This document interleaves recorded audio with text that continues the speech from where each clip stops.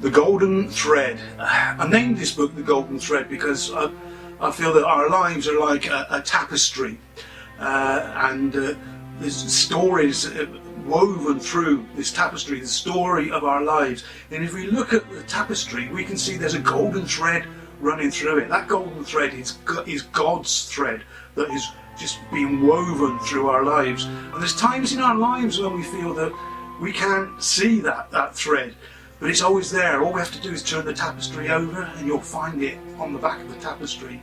So this is called The Golden Thread, and we're going to start this story when I was about 4 years old.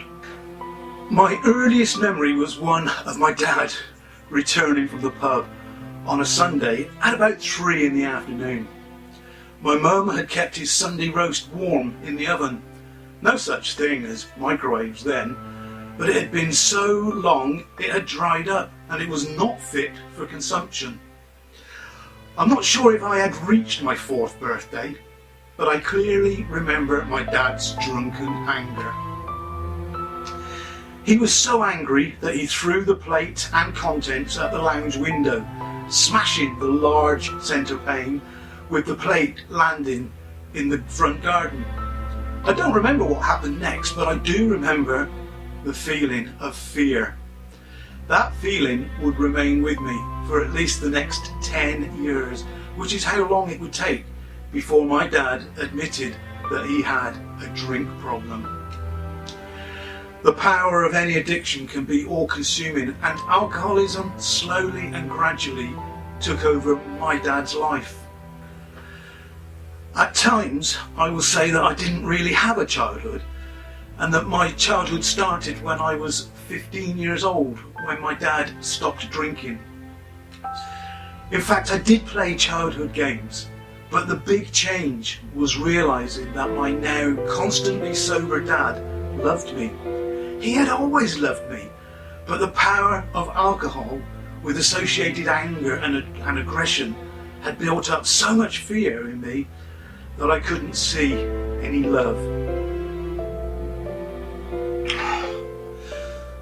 Now we're going to take a quick fast forward to me at the age of 14, so a 10-year gap, and imagine living for 10 years, living in fear and how that had affected me.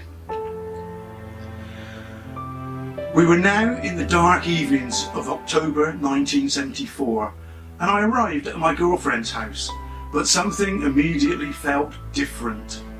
She wouldn't let me in.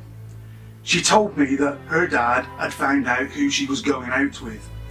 Her dad knew my dad, and he had made the decision. I wasn't good enough for his daughter. The rejection, the hurt, the pain, the confusion, the embarrassment, the hate, the tears, the anger, the overwhelming surge of emotions. They all hit with catastrophic impact. I was already beating myself up with a hammer. Hospital had become my sanctuary, the place where I knew help could be found. This time though, the pain was at a new level. The feeling of being out of control was overpowering, and the desire to live left me in an instant. I turned away from the doorstep, and within seconds I had made my plan. The train ran through the valley every hour. I would be down there and dead within 2 hours. Everything was happening so fast. Decision made. I was back in control. I would make the ultimate and final decision in my life. Nothing could stop me. Rage had taken over again, only this time it was inward. This would be the end. Rain and tears mixed on my cheeks. In the wet, dark October night, no one was around to see me. No one would care, although that golden thread, the hand of God, is still in our lives, even when we can't see or feel it. I had made my plans and walked 200 metres from the doorstep where it seemed life had already ended. The light from the red phone box gave an attractive glow. I was drawn to that light shining in the darkness on that cold, wet October night. A sign next to the phone read, "Suicide, lonely, despair? Contact the Samaritans." The number was for free dial. I had nothing to lose. I talked to someone who called themselves Peter. I can't remember what he said, I just talked and he listened. He made me feel valued. The desire to live returned almost as quickly as it had left. I left the phone box where I had found a new hope and walked past the train line home to the warmth of my bed. I am alive today because of the Samaritans. I'm alive because someone took the time to listen. It didn't take long, but that phone call had saved my life.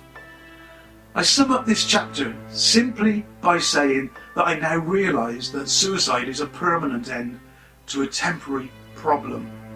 My dad and his addiction was the root of my problem, but less than a year after the call to the Samaritans, my dad had stopped drinking. Later on in life, I would look back at this incident and picture it as me standing on the edge of a cliff. In my imaginary picture, there is a fence. That fence is there to protect. I had been driven beyond the fence to the edge of oblivion, but then came back. However, I would also find myself back at the edge of that imaginary cliff later on in life.